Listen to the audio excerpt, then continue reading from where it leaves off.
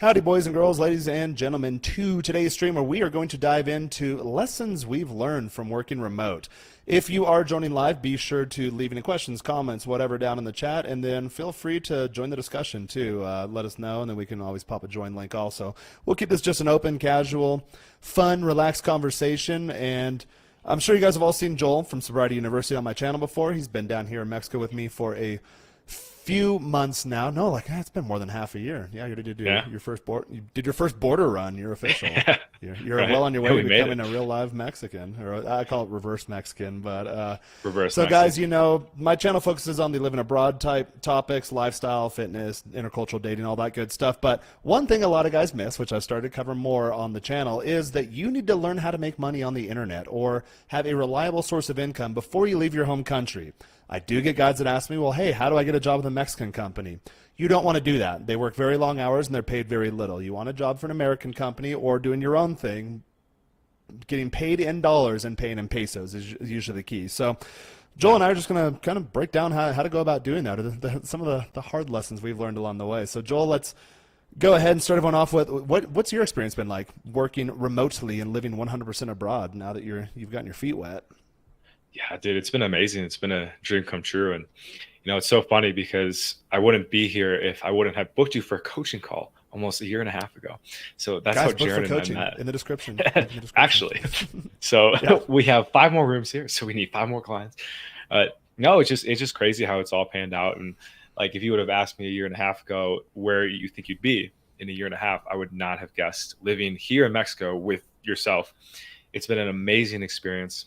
We just had our border run, like Jaren said, and it was really funny because we were in line and there was this this Asian guy that was, checking people into the country, and he was just a total dick. And if you remember that, and I walk up there and he's like, "Yo, what's up, bro?" And his voice totally changed. And I'm just like, "All right, well, I'm good to come back to Mexico." So sweet. The white guys do that to me. They see the passport because it says where you're born. Yours says Korea. I'm like, oh, bro, are we going to get sent to secondary? But luckily mine says I was born in Texas. So they're like, oh, Texas, huh? I'm like, yeah. And then they just come on in.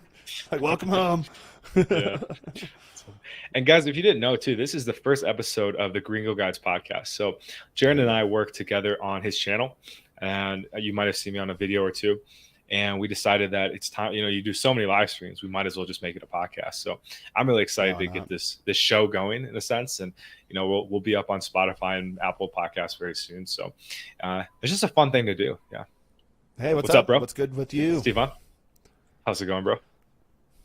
Don't recognize the name. Yeah. Is it new to the channel? Yeah, so I was wondering. Yeah. Are you new onto this channel?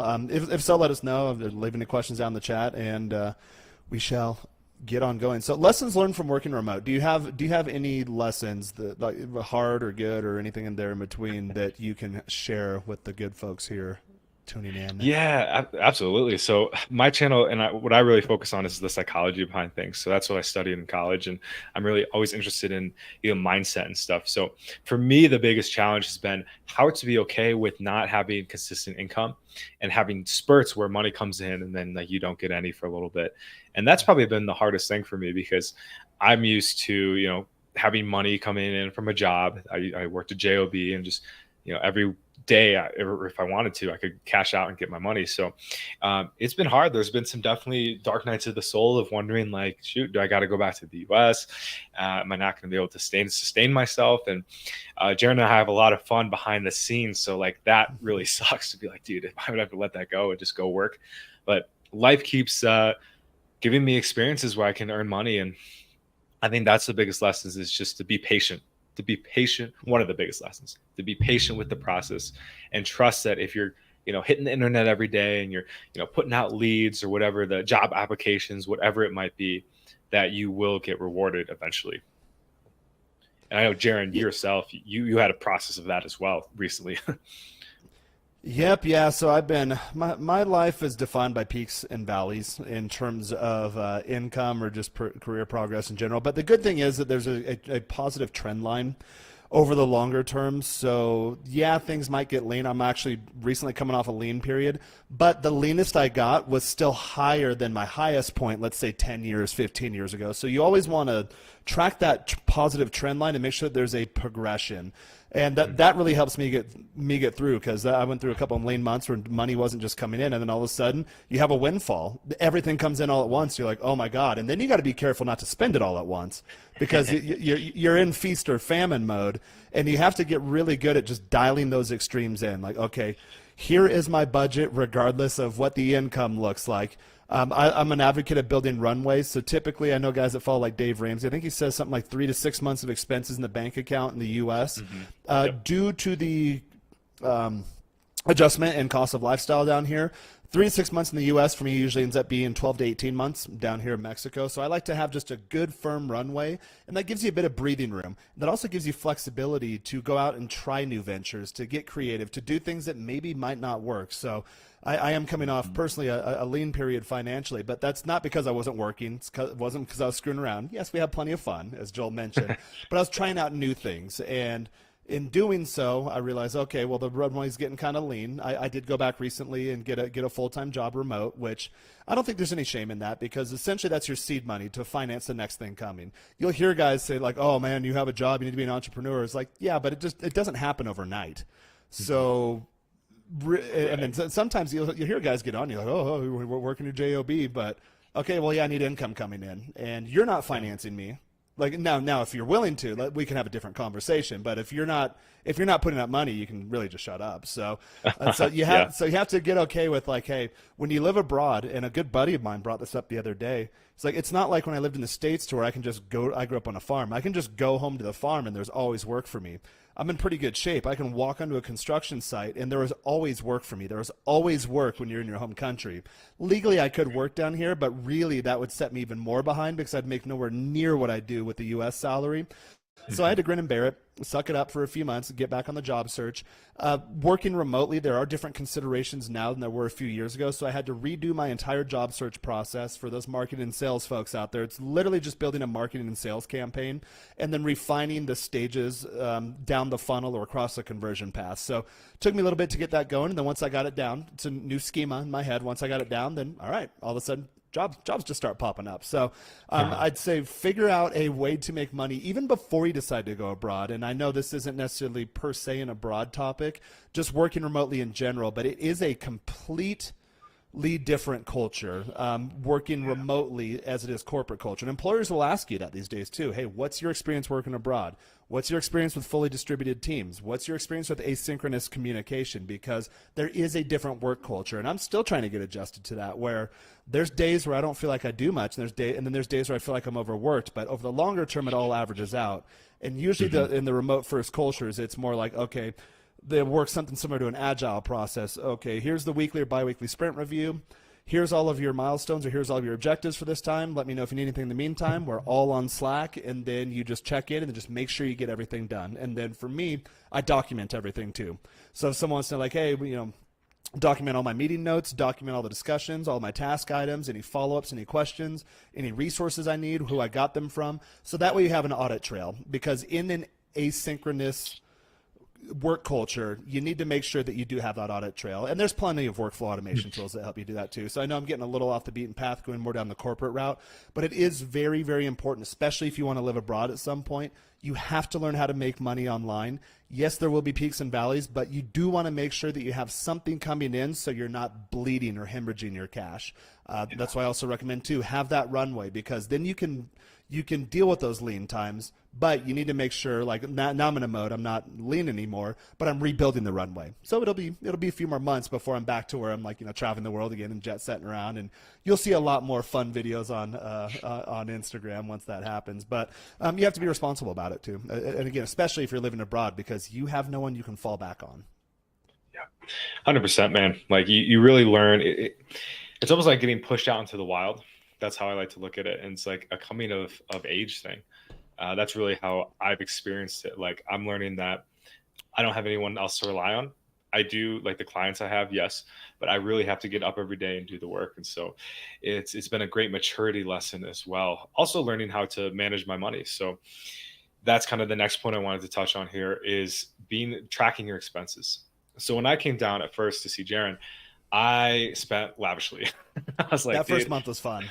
That was a lot of fun, a lot of Uber Eats. And I just remember thinking like, because I had saved a lot in the US, and I'm like, okay, now I can just ball out. I'm in Mexico. I have $1 million in pesos. And it's like, no, there's a nice conversion, but you still spend money. And so I was It getting adds lean up. pretty. Like It 30 adds up. bucks here and Yep. there, 50 bucks here and there. Oh, it's $100 to go out tonight. But you do that every night. You're like, whoa, I'm actually spending. 2 times the FOGO. I'm like, eh. So I had to learn how to be mature with my finances. And so I'm going to share with you guys here how I track everything. So I track every single expense that I purchase up to $1. So this is Soriana. I spent 51 cents there. That's a grocery store. I track that because I want to make sure that I'm on top of my finances and I know where every single dollar is going.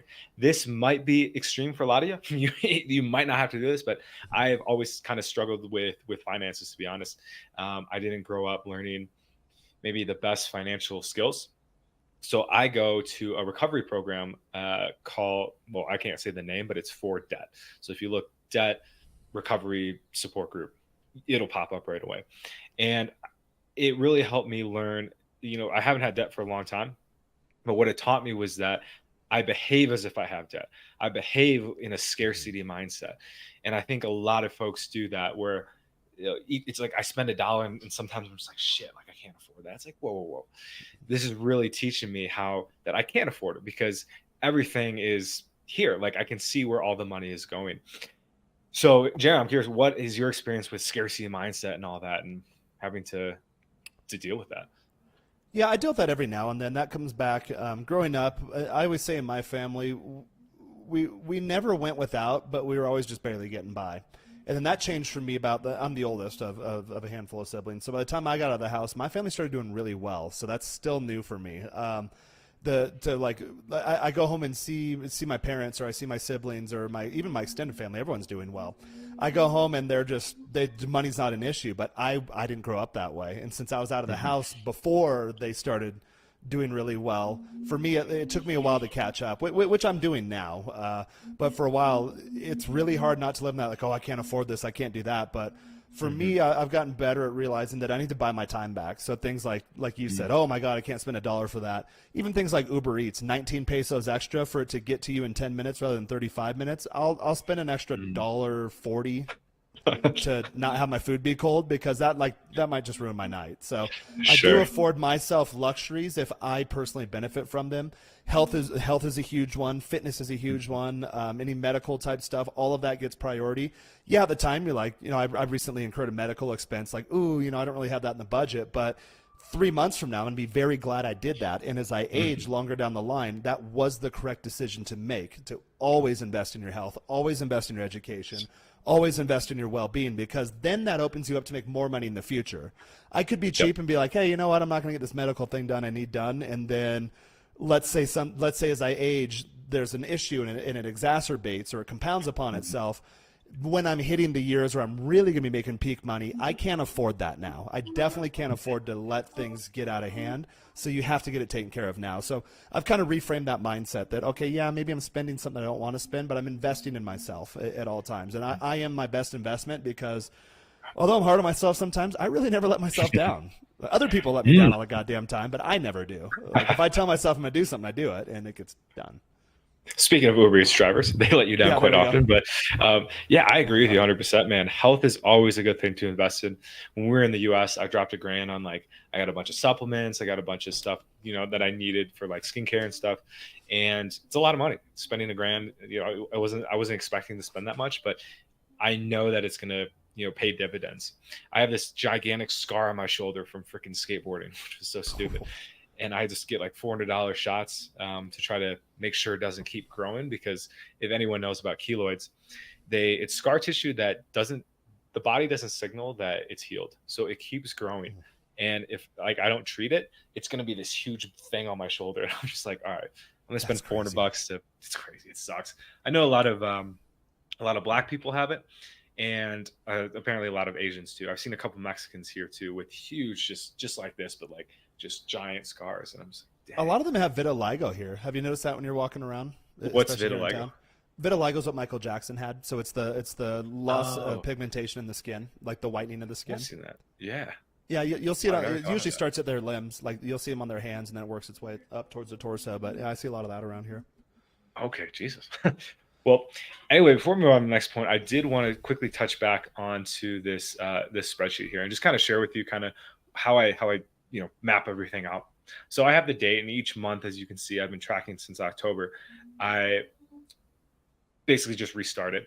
So I have my expenses. So this is stuff that isn't any of these other things. So maybe I'll start with these other things. So I have groceries. Anytime I get food, I mark it in there. Dating, that's a very important category. Track that number. Absolutely.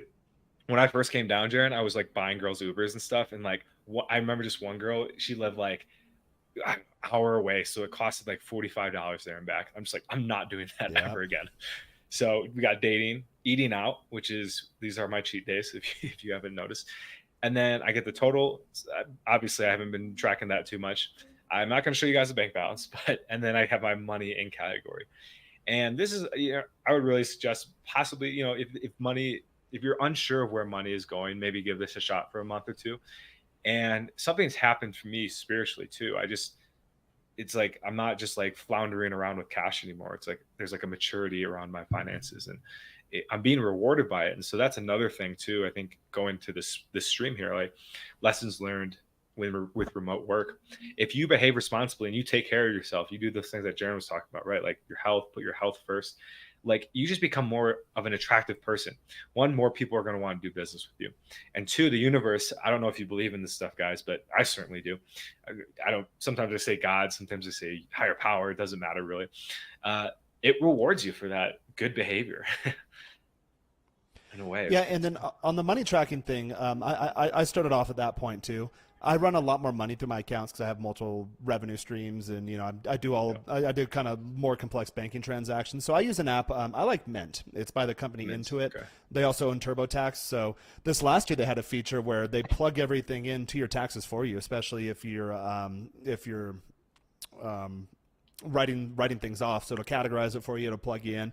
You still have to go through and refine it, but I have my Mint set up so everything's categorized, all my income streams, all the money coming in, money going out, and then really it just gives you a nice colorful dashboard so you can visually see what your finances are doing. So no matter how you track it, when it comes to money, make sure you track it. It's the same thing with fitness, like track calories in versus calories out. How do I lose weight? Calories in versus calories out.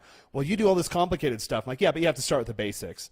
Complicated stuff won't work if you can't do the basics. So if you're more basic, doing the spreadsheet thing, or as you get up there and have multiple accounts and banking type scenarios, maybe look for a tool that's a little more robust for you. But you do need to track your finances. I think that's a very valid and important main point that people, especially people going abroad, I see people wash out of here all the damn time. And for me, I'll admit, there's times when things get lean and then your brain starts to map out those worst case scenarios. You're like, oh, what would I do? Like, I left home 20 years ago. Like, I don't even know how I'd go back home. Like, I've always been on my own. Like, that would be a major identity crisis. Yeah, me love ma. Pockets. I'd say segueing into another point, one that is really difficult at first, and I alluded to this earlier, when companies ask you, hey, do you have experience with asynchronous cultures or working on fully distributed teams? That is time management. So when I was younger, I used to never keep a schedule. I'd hear entrepreneur podcasts like, oh, make sure you schedule everything. Block out all your time. If you can measure it, you can manage it. Make sure you track your time.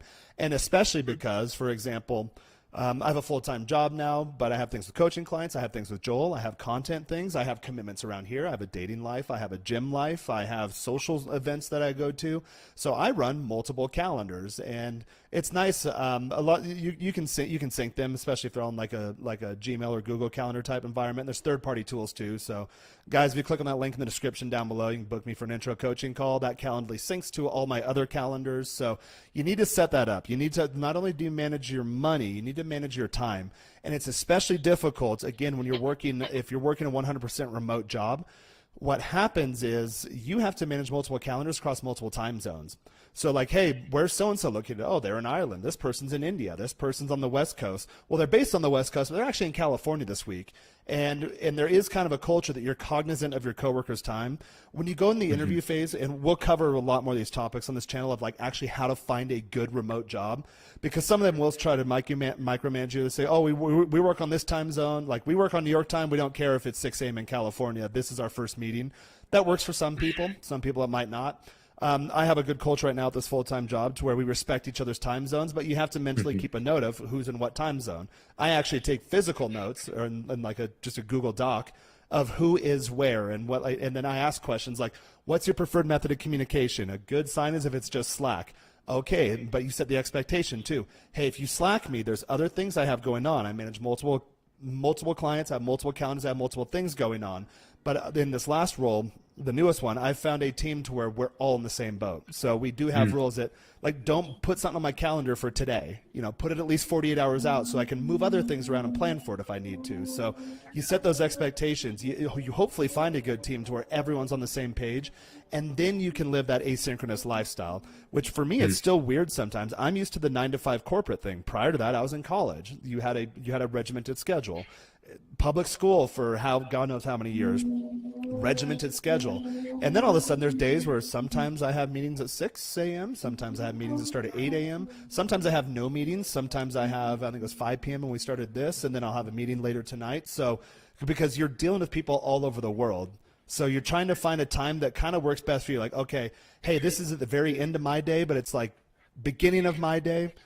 So there will be times like, hey, can you do 8 a.m. your time? Like, I don't know, it's kind of early. It's like, yeah, bro, but it's like 8 p.m. my time. Like, okay, yeah, let's go. We'll make a compromise. So you have to be very cognizant of where your time is going, not only your money, how to manage your time, and how to be respectful of other people's time. Because when you play nicely with people, they will do more business with you, and things are just a lot easier. Amen, brother. And hey, speaking of speaking nice, hey, just want to big thank you to Neanderthal 2020, man, for the super chat, dude.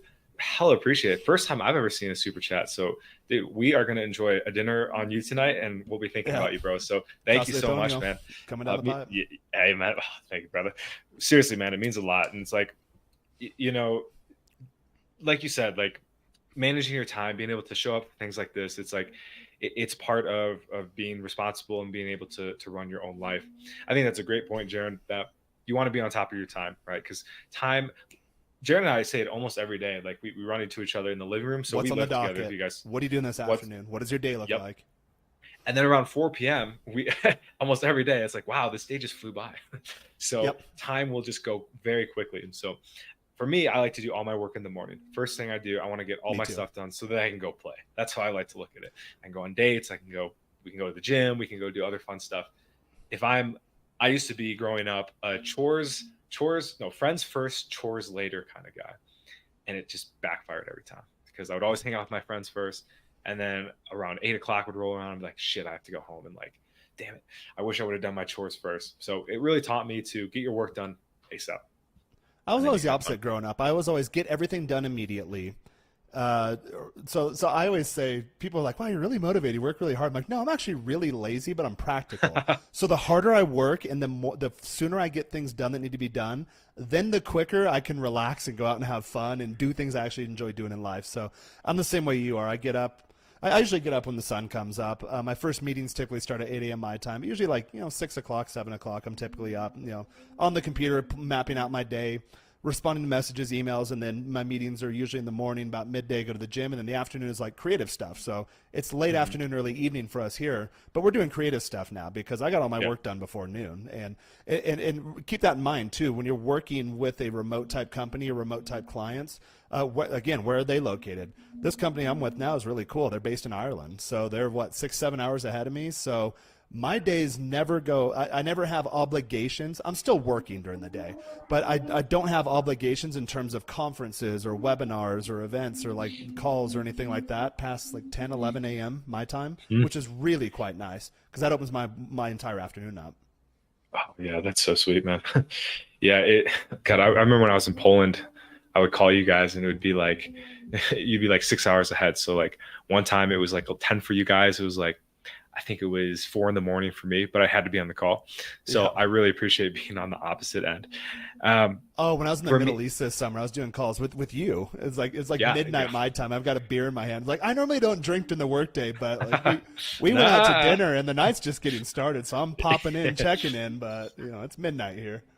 It's so funny too, because we're like doing a talk on Spread University. It's like Jaren's just having his slamming back a beer, but it's like, hey guys, I'm in Greece. Just we got a good comment right here. Brandon, how you doing? I haven't seen you in a while either. So I did all your LinkedIn tips and finally got a job. Hell yeah, congratulations. Let's go. Still remote, going to W2, better fit for me.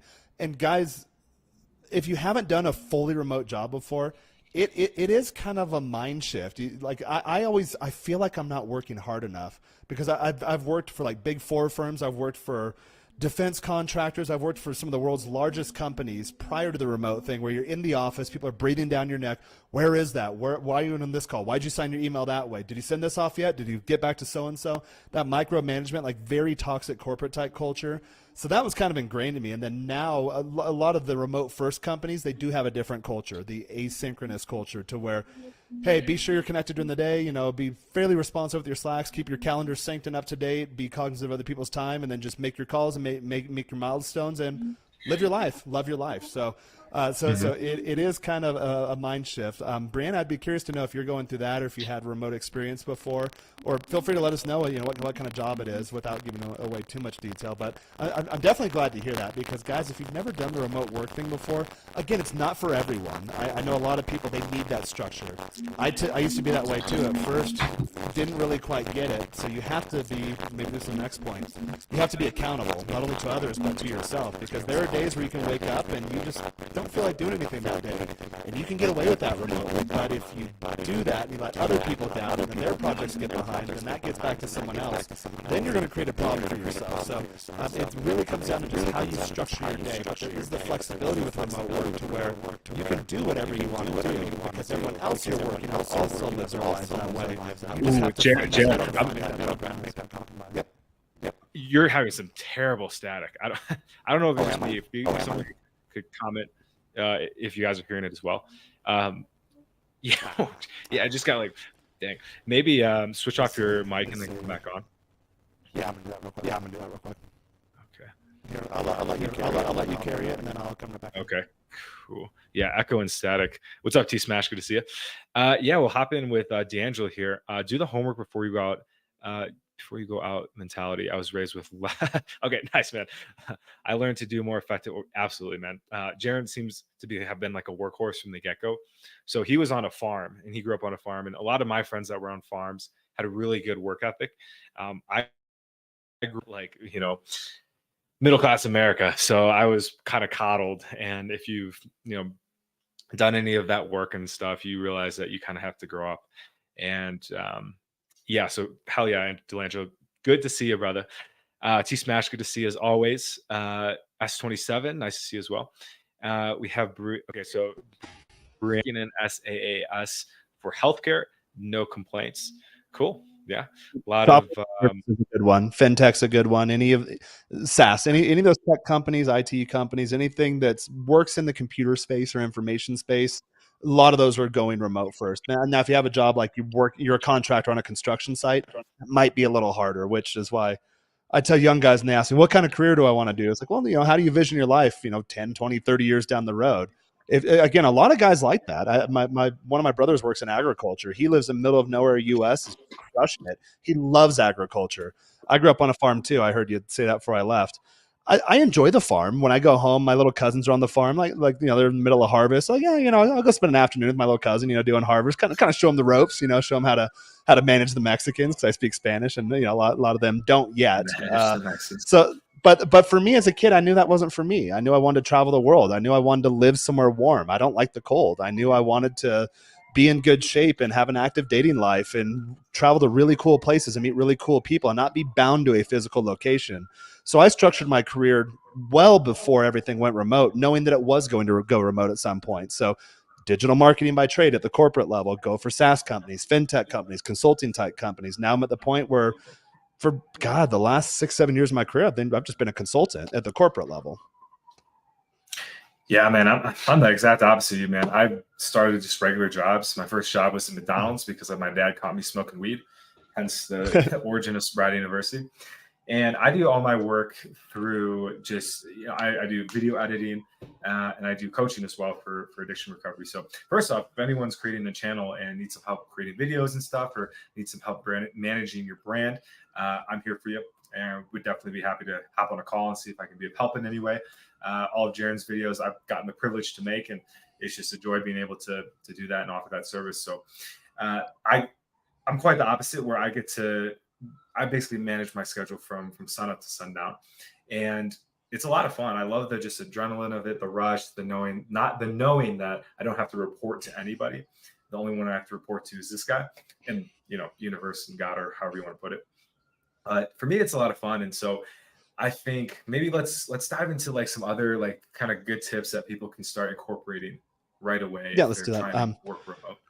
First, been in the same position as Jaren, still do as today, just hard to get out of it after being absolutely free and work on my own schedule. Yeah, for me, it took a while for that too, because my schedule is always set by someone else. And now you get to set your own schedule, or coming into new remote roles to take the lead and let people know, hey guys, if you Slack me, I will be back with you. I will be back to you within 2 hours. If you set a meeting within 48 hours, there is a chance, there's not a 100% chance it'll get selected. My calendars are synced. They are updated. If it's 48 hours out, then the calendar is updated, and you can rest assured that I'll be on the meeting. And then typically set your times for when you're available and you're not available. So for me, I always tell people like, hey, I might take 2 or 3 hours to get back to you, but I am connected, or I'm available from 8 a.m. to 8 p.m. my time. And then everyone knows this because they all work this way too. During the middle of the day, I go to the gym at some point. It's not like 12 p.m. every day. Sometimes I go at 10 a.m. Sometimes I go at 2 p.m. Sometimes I go at 5 p.m. It's really just what can fit into your schedule. So I make sure that I am accessible, but there are times when I am unaccessible as well. Like, I need to sleep, and then I have my morning routine and need to kind of get there mentally and map out the day in my head and do my meditations and all those kind of early rising morning type practices. So make sure that you don't get lost in the world of remote work, and you do have time for yourself too. And then a lot of times, really, when I'm not available, a lot of times outside of hours, I am still doing stuff for myself. Maybe it'll be a buddy or a coworker that wants to hit me up and talk about something. Like, I'm technically not on the clock per se, but yeah, I'll make time for people. But for example, Joel and I are both into music. We're both into the gym. So usually for me, it's around 8 p.m. or so, or later in the evening, to where I need to get an hour playing music in. That for me, that mentally is disconnecting me from the digital world and bringing me back into my analog world, so that I can then go to bed, because I sleep in the analog world. And I think that might be that might be a good way to sum this up. The difference between your digital life and your analog life. And I was actually talking to this young one sitting next to me earlier, like her generation. I'm like, you guys have never lived an analog life. You only live in the digital world. And it's really important to make sure that you live in your actual physical, tangible, touch, see, smell, engage all the senses in the real world. And it's really hard to do that sometimes, especially when you're making your money online. You're like, well, I can generate another lead. I can do another video. I can send another email. There's always going to be more work. So you have to also set boundaries with other people. Hey, 8 a.m. to 8 p.m., I'm accessible. That doesn't mean I'm available. It means I'm accessible Monday through Friday. Weekends are on a case-by-case basis. And outside of that, let me know ahead of time. I can certainly make time for you if that doesn't work, but you have to set those boundaries. I like how you put that, man. Boundaries. You have to have those boundaries around your time and around your space. Especially if you have an addictive personality, it can be very easy to get consumed by the work. And I'm sure all of you have watched Alex Hormozy. My mentor was like, hey, man, maybe you should stop watching him, because every time you watch him, you feel bad that you're not working. And so I feel bad too. Like, I don't have $100 million yet. I'm a loser. I'm like, no, I'm doing pretty well. I'm doing really good. Yeah. And gotcha. So you don't want to fall into the trap of workaholism, work addiction, which is actually a real thing. And it can be very dangerous, because you go into those groups and people spend their whole lives chasing the dollar. And then they're, 60 years old and they're like, well, my life is just gone. So make sure you're living a fun life and you're remembering why you do it.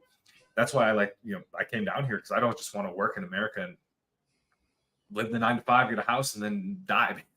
That's like kind of the trajectory. And that scares the shit out of me. So it's love how you said that, man. Boundaries around your time, boundaries around other people's time, and make sure you're filling your own cup, because if your cup is overflowing, or No, you want your cup overflowing. If your cup is empty, if you're angry and you're bitter and you're hating your job, and you go try and date, and you go try have relationships, friendships, that energy is going to carry with you. So for me, I guess I like to go to the park. That's my escape. I like to go and just go out in nature, go for walks, just kind of see the world. One of the addictions I've dealt with actually is tech addiction. It's a real addiction. I know. I'm 7 years younger than Jaren, so we hit the tech pretty hard at a young age. And like, when did you have? At what age did you have internet in your house, or did you get your first computer? God, or were you born with one? I would say 8. About 8 years old, and I think I was like in middle school or going into high school. I think when we got like we got our first computer. I was in 5th grade, but like internet was terrible, so we didn't have like internet and all that stuff till probably like good internet, high speed internet, or higher speed, like 8th, 9th grade, something like that. But smartphones didn't come out until I was like almost out of college. God, when did smartphones? I remember the Razor. That 2007. Yeah. Remember that thing? That thing was so sick. That's still like the best phone I think I've ever used. I had one of those, with the custom ringtones.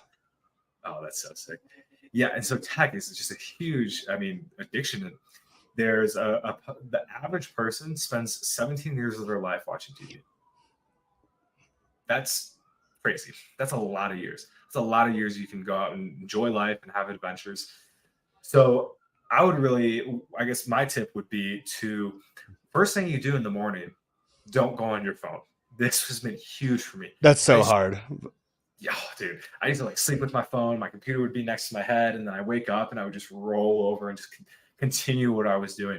So first thing I do, I put my phone and my computer over like on the other side of the room. So it's not even close to me, so I can't even get those signals in when I'm sleeping. And then the first thing I do when I wake up, I just lay there for like 5 minutes.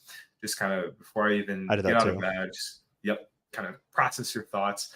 Because as soon as I hit that phone, my like brain just goes into a different frequency. Have you experienced that? Like you just forget about reality.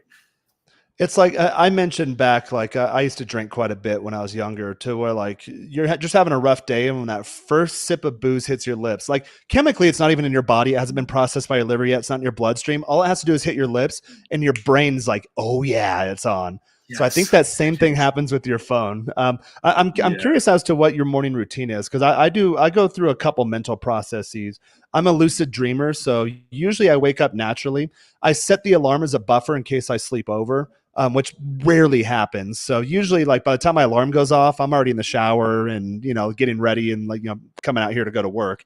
But my mental routine, usually I wake up when the birds start chirping or the sun comes up, or, maybe the room starts warming up. You just wake up naturally. Your circadian rhythm is pretty cool. So like I usually wake up with the sun or along the lines of the sun, but I still have some time until like technically I need to be up. So I'll go through a mental checklist. I'll do a couple things, go through, plan out the day, what's on the docket for the day. Mentally visualize myself going through it. Sometimes I'll still have my eyes closed, especially if there are things I don't want to do. I'll walk myself through the process. So that way, when you're in the moment, you've already done it. Your brain doesn't know the difference between imagination and reality a lot of times. So use that to your advantage. So when I'm in a situation, I've already done it. Like I already know what I'm doing. So yeah, this task sucks, but I'm on autopilot because I already played it through my head this morning. Anything you need to take care of, any people you need to talk to, anything, whatever. But I kind of mentally map out my day.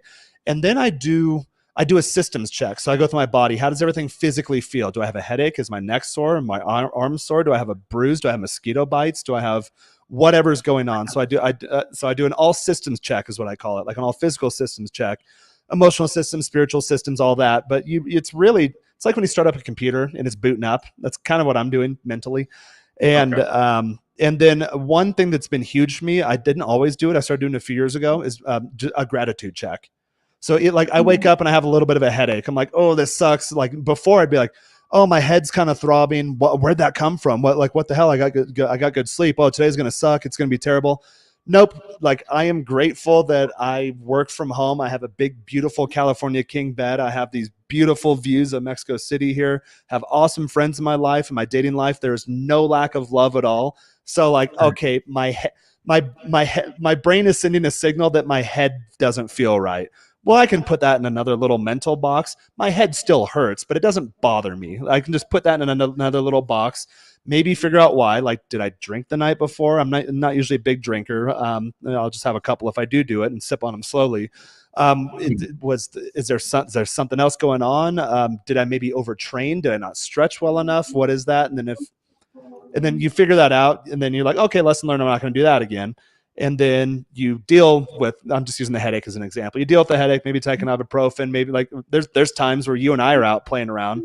We get home late. I go right to bed. I'm like, why does my head hurt? I'm like, oh, I'm dehydrated because we live in high altitude. You have to stay hydrated. True. It's like, oh, I'll just drink a bunch of electrolytes. I've been smashing them here all day long because I had a medical procedure last night. So definitely dehydrated. Just keep the fluids in there. And then, all of a sudden headache goes away. But I think that the all systems check, but the gratitude check is a big one too. Because otherwise you can let really stupid things ruin your day. Like, oh my God, I have to talk to this person. Well, no, you don't have to talk to that person. Like, why are you doing business with that person if you don't want to talk to them? If they're going to be a constant, I know you've gone through this before too. Like, why are you giving yourself constant headaches? It started off as a little example. Now it's more of a metaphor. But I find that just that mental morning process, whatever that looks like for you, make sure you do that. That's so funny. We've lived next to each other for 6 months, and I've always wondered, I'm like, what is he doing in there at 7, 8 in the morning? So I'll hear you like scuffle around and stuff. So nice. I appreciate you sharing with me what you're doing. I think that's really good. I've got a morning routine. Yeah. And if I don't have any early morning meetings, sometimes I'll just take my laptop into my bed, put on a podcast, and then just click away. I actually like working that. Like, I have the full setup out here in the office, but sometimes, like, you know what, kind of tired, and I don't have any calls or any people that I need to be face to face with. So I'll just stay in my PJs and just knock out some admin work, or I'll clean up my inbox, or I'll get back to this thing I've been putting off, or I'll review my budget or look at my finances, or trouble tickets, like Jira tickets I work for a tech company. So that kind of work that you don't really like doing, but I appreciate doing it. It's like, oh, I don't have to do calls. So I can just put on a podcast. I can just tank top and boxers and just lay in bed and just get stuff done. Podcast and show, bro. That's what's up. Yeah, man. That's great. I love the gratitude. I got to start working on that more. So thanks for the reminder. And remember, with gratitude, reframe things. So that's an easy place to start. When I was in college, I have a master's in marketing. So we had a class one time, like reframing headlines or spinning headlines, like the propagandists do. Which, if you watch mainstream media, you are watching propaganda. People like me create that for people like you. So keep that in mind. But we had an activity, and this was, I'm dating myself. This is back like during the Iraq War. So we had a headline like 38 people blown up in Baghdad Bazaar or something like that, and then I've recrafted the headline: 38 million people alive and kicking in Iraq. Same story. That's but completely different headline. That's an extreme example. Yeah, gratitude's super important, guys, and that's like, probably. I have to go to the gym today. No, I get to go to the gym today. I'm able-bodied. I'm in good shape. I'm in good health. I can stand up. I can breathe. Like, I'm thankful. Just my eyes are awake, and I'm here. So yeah, guys, I think gratitude's a really important lesson for working remote, because there's going to be times where things aren't going your way. You know, maybe a client call doesn't pan out. I know that's happened for me. I've had like three potential new clients, and none of them want to sign up for coaching. I'm just like, damn it. So it's important in those moments. I gotta be like, okay, I'm grateful for the experience. I'm grateful for people even, wanting to have a conversation to begin with. And then I think one of the most important things, one of the important lessons is to remember of how you're being of service. So in terms of gratitude that I could have been of service and helped another person. When you can shift your mindset to what I can get, to what I can give, that changes a lot of things. And it's something I'm still working on. I'm not perfect at it by any means, but I know that when I'm in that spirit of giving, it's just so much more pure, holistic. The results are better for all parties. And there's not that like anxious energy. So I quickly want to touch on my morning routine. So I wake up, I take a piss, obviously. And usually when I take a piss, that's like what wakes me up, because I'm up for like 2 minutes, and that's enough for me to be like, okay, I can't fall back asleep. Hold on. When you have to piss in the middle of the night, do you try to do it with the lights off? Because it's like, if I turn the lights on, it's going to wake me up. So you try to echolocate the toilet. Yep. Yeah. Oh, absolutely. I have it in my head of like the route to take to the toilet. So I do too. Yeah.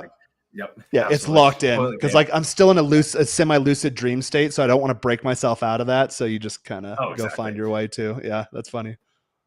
Guys, if you want some toilet game vids, let us know. We'll whip them up. But, Oh yeah, all toilet talk here. So I do my meditation as well. So I'll just lay there for like 10, 15 minutes, and then I'll start getting on my phone. I'll respond to maybe Instagram DMs. If I have any dates, I'll make sure those are like confirmed and set those, and then I'll start working. And big one, guys. I drink a glass of water. That is huge because you are dehydrated the first thing in the morning. So chug a glass of water. Take some vitamin D too. You want to take vitamin D. I don't know if you guys take that or what your experience is with it, but right in the morning because it's basically the sun, right? So I used to take it at night and I couldn't sleep. I was like, why can't I sleep? Well, I'm taking sunlight. Your circadian rhythm's off. Yeah. Yeah, exactly. So also, guys, vitamin D, huge tip. It's going to help your mood. And if you have acne on your body, it helps clear that up. So just a side note there, but again, we're really into the health stuff. So any chance I can get to share about that, I get really excited. And then after that, I usually, I walk out and I'll see Jaren, I'll say what's up, and we'll get our day going. So what's on the docket? I ask you that every morning. What's on the docket? This morning I actually woke up to you on a call. So I was in a beautiful sleep and I hear, hey, what's up? How's it going? I couldn't sleep last night. So I had general anesthesia last night, which, when you're coming out of it, you're like, oh, super groggy. I'm like, hey, put me back under. Like I was in like pretty deep state. But then by the time I get home, it's like your sleep clock resets. So it was 1 a.m., 2 a.m., 3 a.m., 4 a.m. Like, I guess I'm just not sleeping tonight. I think I fell asleep like 4 or 5 a.m. Up at my normal time. It doesn't matter what time I fall asleep. I am up at my normal time always. My body will not let me sleep past my normal time. So I'm kind of sleep deprived right now, but I was like technically under for a few hours yesterday in surgery. So like, is that restorative sleep? I don't know. I'm going to sleep really well tonight. Let's just say that. Baby. And Mr. Addiction, when you have a surgery, no caffeine, no drugs, no nothing. So I'm coming off all that too. Well, they put you on what, like oxytocin or whatever, or oxytocin. What they put you on, benzos or some shit? No, I didn't. No, mine. That's all antibiotics and vitamins and proteins and stuff like that. Yeah, no, I don't take any of that shit. Even if the doctor gives it to me, I won't take it. Yeah, it's mostly antibiotics. No, they put me on it was fentanyl. That's what they use down here. So that's the fun one. Yeah, which I don't like them. I don't like them putting that stuff in my system. But I'm kind of. Ooh, energy is just kind of in and out. The sleep clock's a bit off today. Yeah. They just gave you fentanyl. Like, I don't know if you guys have like done much research into like addiction, but that's one of the worst addictions. It kills so many people. And they're just like aiming it out like crazy, bro. Like that's why I don't like anesthesia. First I'm like, yeah, no, you don't need to put me under. They're like, this is really gonna hurt. I'm like, and then I was looking around like the medical system. They have really good medical stuff here, but like it's not super clean and bright lights and nice AC and smells sterile. Like it looks like Mexico. And then there's an operating table. You're like, yeah, I'm kind of sketched out. Just put me under. And if I don't come out of it, then whatever. Yeah. Like they literally sent me home with an IV. Like I'm just sitting here changing my own IV bags. Cause you need to be in the hospital. I'm like, yeah, I'm not doing that. This hospital's so uncomfortable. I'm not staying here. Like you can come to my house and check up on me. So I have a nurse coming to check on me every day. Yeah. Guys, DM Jaren if you want more of that story because it's a crazy story. But yeah, if you want Mexico medicine stories, yeah, I've got a couple. Well, cool. Let's hit a couple comments here. We're coming close. Yeah, go through it. Actually have to bounce pretty soon, and then we'll do I think one more maybe like last tip for working remote. And then we can. I've got to change an IV. So I've got to change an IV bag, and the nurse is on the way. So yep. Yeah, don't want air in my blood. The T smash. I found a semi-strict schedule and boundaries with your schedule. Really lets women know that they aren't the focus. Oh, touche, man. You got to put your purpose first. We didn't even touch. We didn't even really touch on that topic today. So when you're building out your schedule, like I have blocks in my schedule too, to where they can fit into. And then again, like I'm available like 8 a.m. to 8 p.m. Sometimes there's ones in the neighborhood like, hey, you know what? I'm free at 2 p.m. I get a class at this time. Can I come over for an hour? And then you just build the rest of your schedule around that. Everything still gets done. And then I hired a business coach years ago. So he had me build my schedule. Like there's time blocks. Like for example, I need 4 hours of deep focus work today. That could be 8 a.m. That could be 3 p.m. That could be 10 p.m. Sometimes I'll stay up really late working and then I'll sleep in a bit. But you structure your days. All the things I need to get done. What's the time allotment? What's the priority? And then you just move these blocks around. So dating fits in there somewhere too. I think that is a good one. It's not your priority. Usually I build out my schedule first, and then I'll hit up dating options and like, okay, here's the times I'm free, and then let her choose a time you're free. I love that, man. Yeah, you got to have structures around your dating too, and we can do a podcast as well on dating. That's a whole nother topic. Yeah, we can do that. Yeah. T-Smash, I know too. If I remember, you're an Asian guy, so if you ever want to do a dating as an Asian podcast, let me know. We can rip that up because I think T-Smash. I think you're actually native, which sometimes they get confused for Asians. There's the Asiatic people. There's Asiatic looking people down here. You're like, oh no, they're indigenous. We're canceled. Yeah, I know you've heard it. I know you've heard it. They call them chinitos. Yeah, from the eyes. Okay. Yep. Well, T-Smash offer still stands if you're Asian. You want to talk about it. So native bro. Yep. Money's game. Dope. And then we have S27. A lot of people in the North America are vitamin D deficient. I'm surprised vitamin D supplements are encouraged more. Guys, yeah, absolutely, man. It's like such a secret hack. And the Spartan is some base. I think it was 95% of people that got COVID in that first rush were all vitamin D deficient. It was like on the Joe Rogan podcast. So that just says how important vitamin D is for your immune system, for your happiness, your mental health, for acne, as I mentioned before, for sleep, because it helps you get in that better circadian rhythm. So I definitely recommend checking out vitamin D and getting on a supplement routine if you haven't. I take 15,000 IUs a day, which is a lot, and I'm in it's sunny every day, so especially in the Midwest, man. S27, I'm from Madison, Wisconsin, which is by Chicago. So if you know the Midwest, it's pretty cloudy most of the year and pretty snowy. So I was definitely vitamin D deficient for sure. And then so guys, correct me if I'm wrong, but I believe you have to take, if you do a D3, it has to be combined with K2. I believe that's for bioavailability type purposes. So yeah, I take these every morning too. It's part of the morning routine. I do the glass of water with like apple cider vinegar, like some like cayenne pepper, other like lime, kind of like a diuretic, just to like clean out your blood. And then I take all my vitamins too.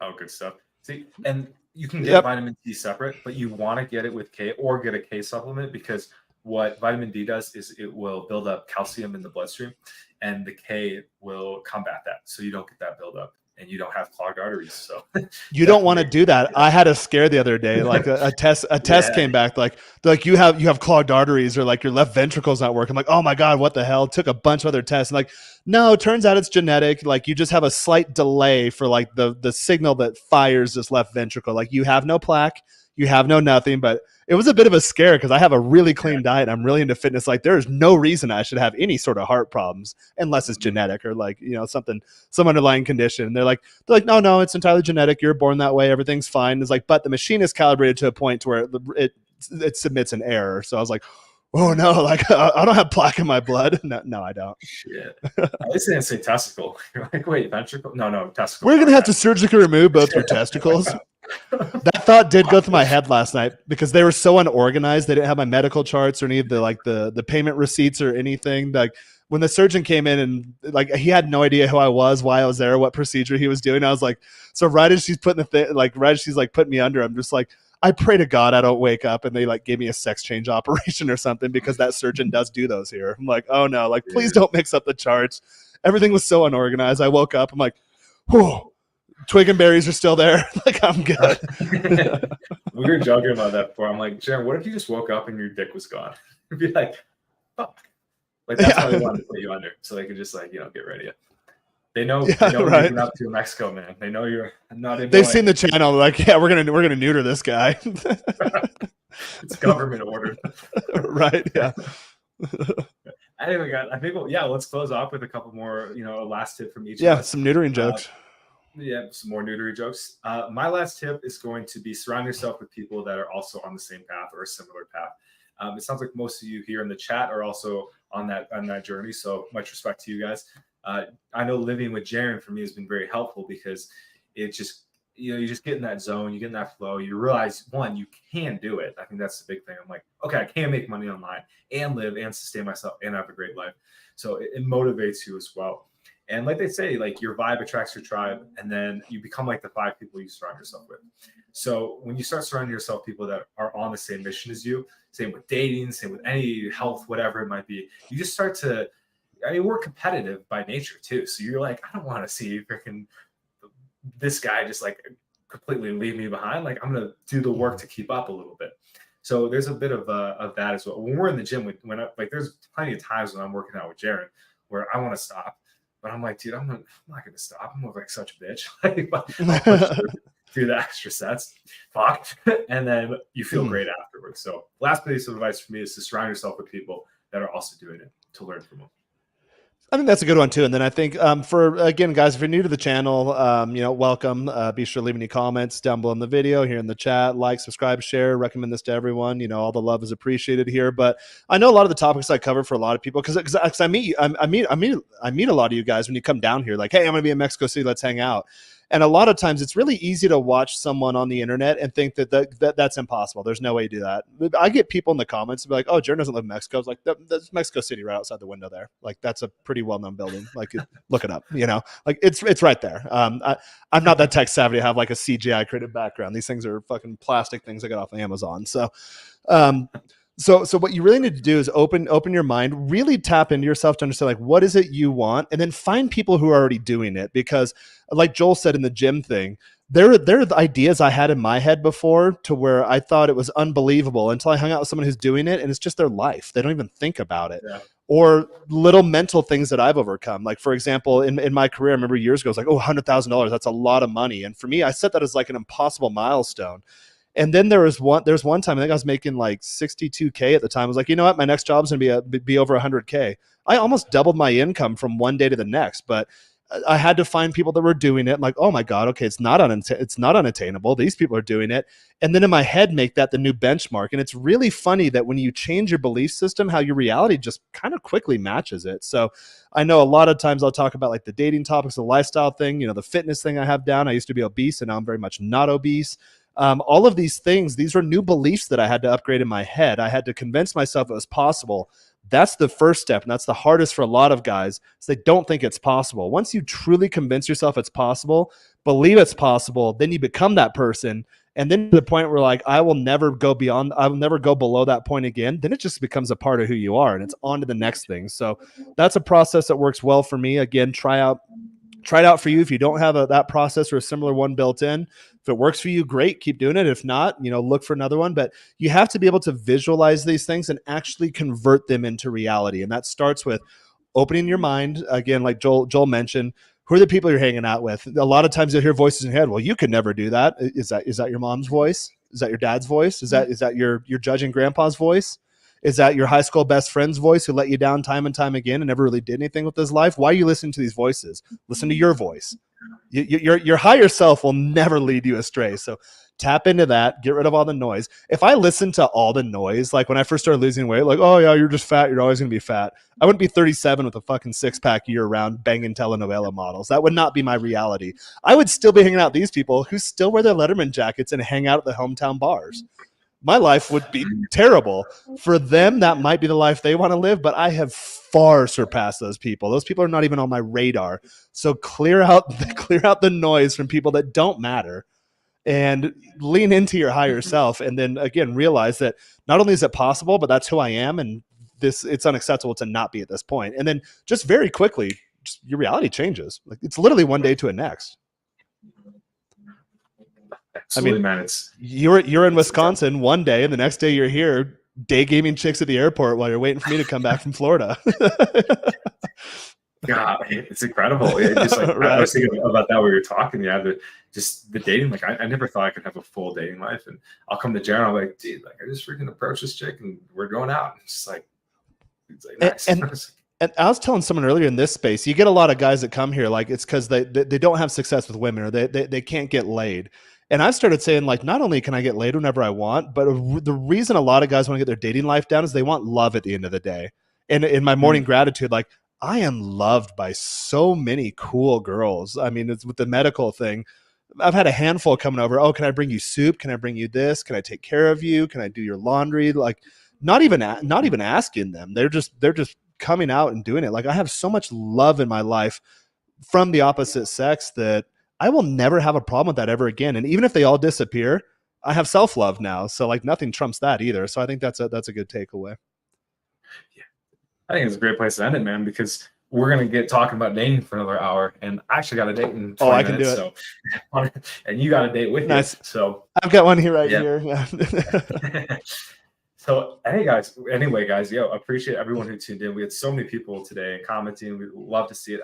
Thank you, Neanderthal, again, once again for that super chat, man. Super generous, and we hell of appreciate it. We're gonna have a great meal on you, and much love, brother. So yeah, and guys, first episode of Gringo Guides Podcast. So let us know what you think. Let us know, what comments you want to or topics you want us to talk about. I mean, Jaren will be running mostly this channel, but I'll be on here and there. And then if any of you guys want to come on, if you have a channel, if you want to talk about anything, we'd be more than happy to schedule you in and do a podcast with you. So you got one tomorrow, right? Yeah, I've got a pod tomorrow too. So I think about the same time. Yep. So yeah, be sure to tune in tomorrow again. If you haven't subscribed to the channel, already do that. If you want to come onto a show, if you have any collaboration type topics, I'm more than glad to come on your channel and help you out too. At Jaren Scott on Instagram, that's the easiest way to get in touch with me. I do have an at Gringo Guides. Joel manages that one. At Jaren Scott, that's just me.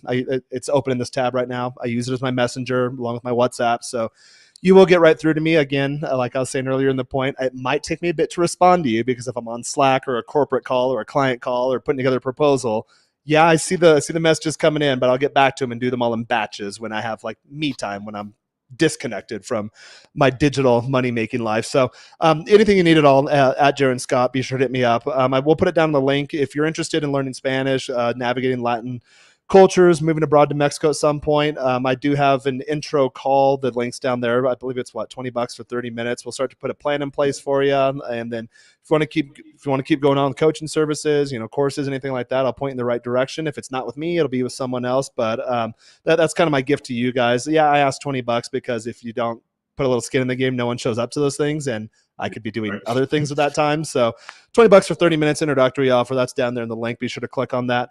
I want to thank you all for stopping by. And until next time, I shall bid you all farewell. I'm going to do my quick sign up, Jared, real quick. Go. You better go. Okay. Yeah. So for myself, Sobriety University, I as well have my $20 intro call where we can dive in for 40 minutes. I might share it's 30 minutes. No, I'm just kidding. And we'll dive in. I always go over. Like, come on. Let's be real. And then we'll find out if we can help with your addiction. Like Jaren said, like the $20 just to make sure people show up. I did a free gift session last week for anybody on my email list, and I had a good amount of people sign up, and I think one person showed up, maybe two, and there was a lot of the calls were scheduled early morning. So I'm up at 8:00 ready for the call.